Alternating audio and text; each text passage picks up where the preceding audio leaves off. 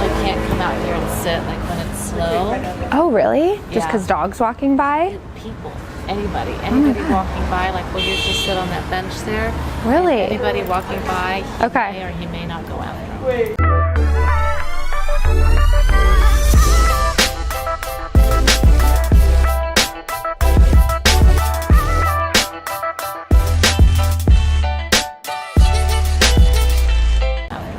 This will be a really good test for him since he has such a solid base. I haven't seen any issues with people. So it's good that we have that foundation. We might see some protective instincts come out now that it's you and here, but it's easier to fix that now that we have the solid base of him working through the stranger thing. So where he's at with dogs, I haven't let his mind go, but he gets alert about the dog and then I call him out of it.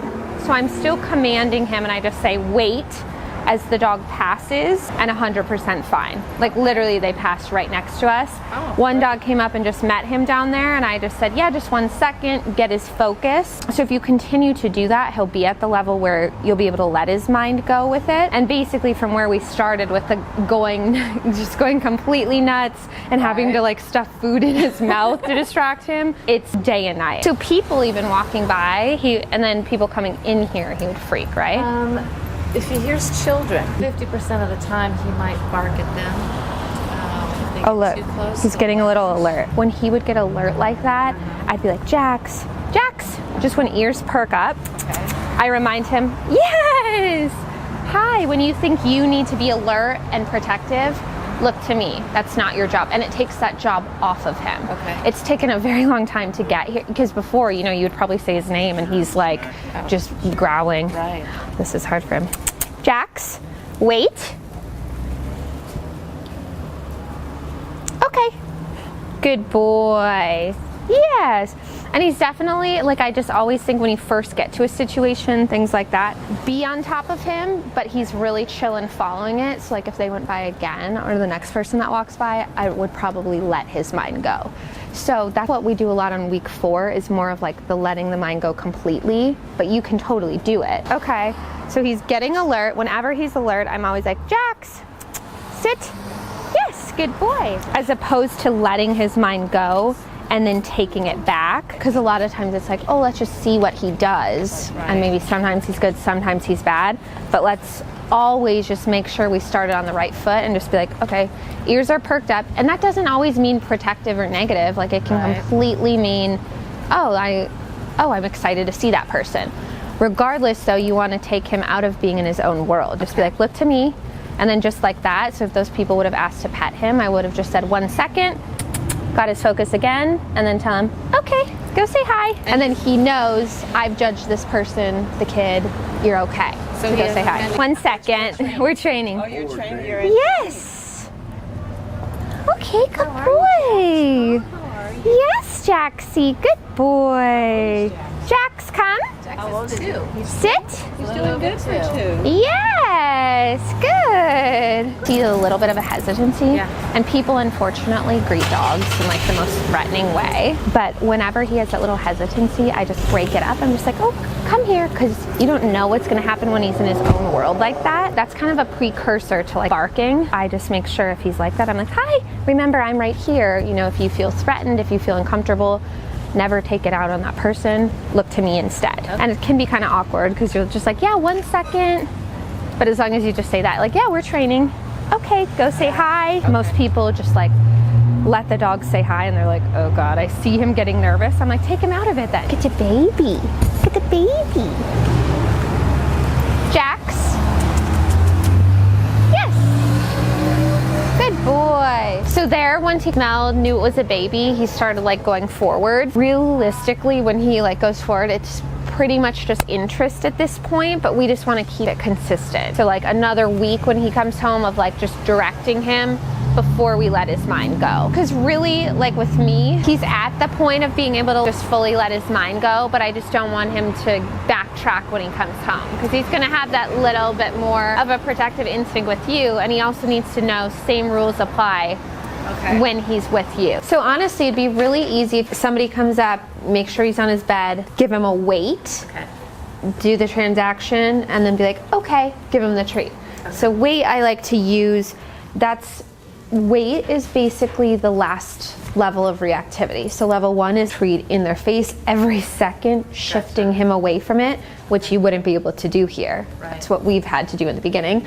Then it's a treat just here, but like Jax, Jax, Jax, yes. Level 3 then is a wait. You do something and his mind half wants to go that way still. That's been his natural instinct for 2 years. But it's also like, oh my gosh, I have to wait for that okay word, that release word, because it's a super fun word. It keeps him from going there and gives him the treat. Once he's solid with that, you could do like a wait and okay every single time. You basically don't have to do anything after that. You just have to be consistent in shifting his mind though to keep any sort of negative associations first.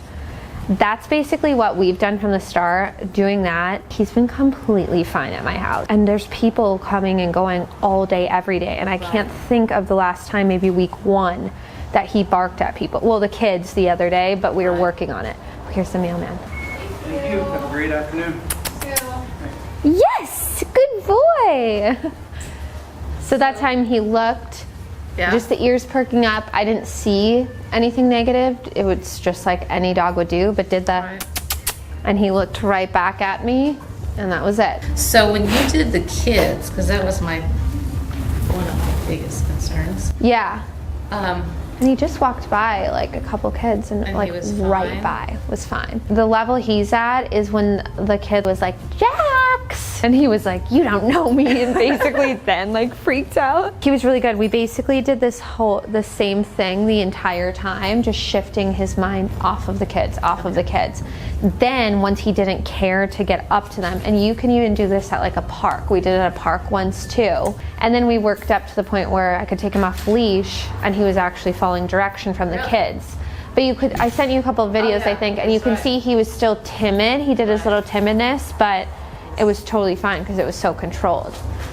So the more exposure he has to that in the right way, the more he'll come out of his shell with that timidness too, and he won't care. He should be okay then around any kids that I want to introduce him to. So like my roommate's niece comes over on occasion. She's like, okay, that's good. I think I mentioned to you that I'm probably going to be moving to Utah where my grandkids are. And they're 4 and 7. Oh, And my huge concern was, I want them to be able to come to my house. And I want them to be able to go to their Oh, they house. will for sure. I would just say, just don't rush into it. Don't, his mind is going and be like, come on, that person's okay. Just really, socialization with them is better if it's at this distance. Like the first day that he meets them, he actually doesn't go all the way up to them. And you guys are just hanging out, and he is able to just like chill with their presence there, and he's able to look at you. Then even if you did that like, a couple times that they come and visit, like don't touch Jax, just stay a little ways away from him. With the kids that came to my house, it was pretty quick. Like we did that in the beginning,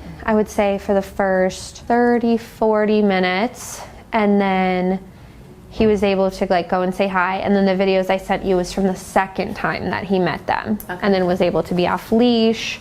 No issues. He was a little timid because they were obviously too. They're pretty good, but they were still like Jax over him. But they did have a treat, so he was more focused. And I kept telling them, tell him to sit. Which 4 and 7, they can definitely do that, right?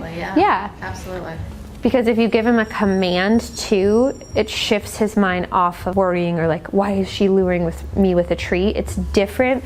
This, just like treat, is different than being like, sit for it. His mind will be shifted off of the worrying about the kids and the fear if you give him a command or tell them to.